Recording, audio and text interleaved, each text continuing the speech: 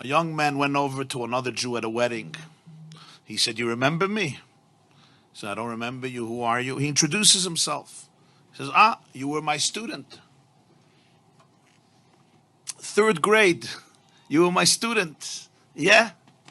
Wow, I haven't seen you in so many years. How is your life? What are you involved in?" He says, "I'm a teacher."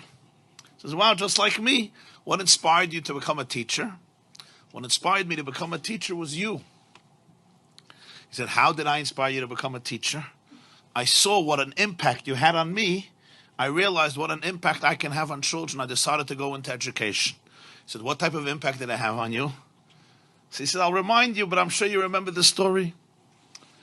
There was one day that one of my friends got himself, his mother or father bought him a beautiful wristwatch, and I dreamt for a watch, and I didn't afford one. So I decided to steal his watch. He had it in his pocket. I took his watch, I stole it. He came into class, he saw somebody stole his watch. He came complaining to the teacher, somebody stole his watch. So you made an announcement. Whoever took this boy's watch, please return it." I was too embarrassed and I didn't want to return it, so I didn't return it. So you locked the door and you said, "I'm going to have to line everybody up and empty their pockets in order to get back the watch." And that's what you did. And I thought to myself, this is going to be the most shameful moment of my life. And then you said, "All boys line up at the wall, but I want everybody to have their eyes closed. Everybody's eyes must be closed." And you went from pocket to pocket, and everybody's eyes were closed. And then you came to my pocket, and you found the watch, and you took it out, and you went through everybody's pockets with everybody's eyes closed. And then you said, "Okay, everybody can open their eyes." You gave the watch back to its owner.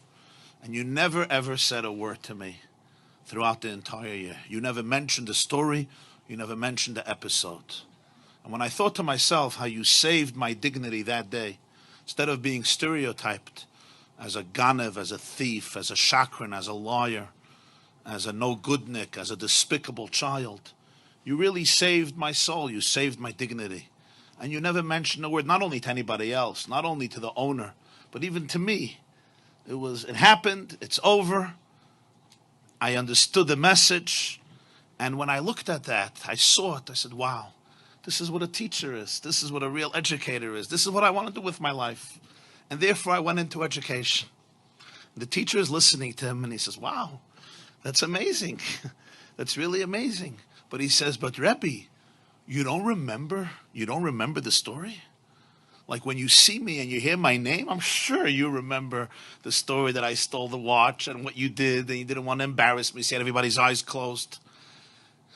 And I'm the person, he says, actually, I don't know. I wouldn't know. I wouldn't know the story. He says, why not? Like, it's a pretty dramatic story.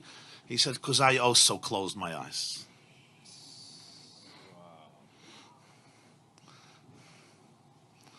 So I want to bless you and bless all of us that we should be able to be such leaders, such teachers, such parents, such educators, such mashpiyim, to be able to be there for people in this way.